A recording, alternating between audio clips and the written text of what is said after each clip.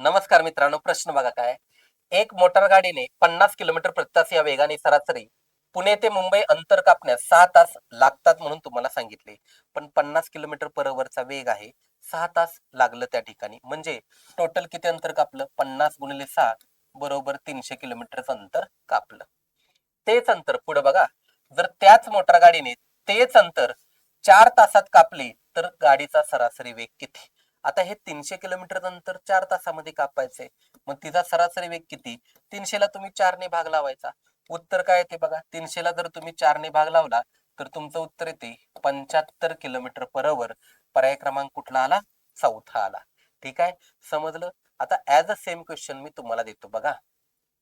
एका मोटार गाडीने 60 kilometre per hour या वेगाने सरासरी पुणे ते मुंबई हे अंतर कापण्यास ओके 4 तास घेतले. किती तास घेतले?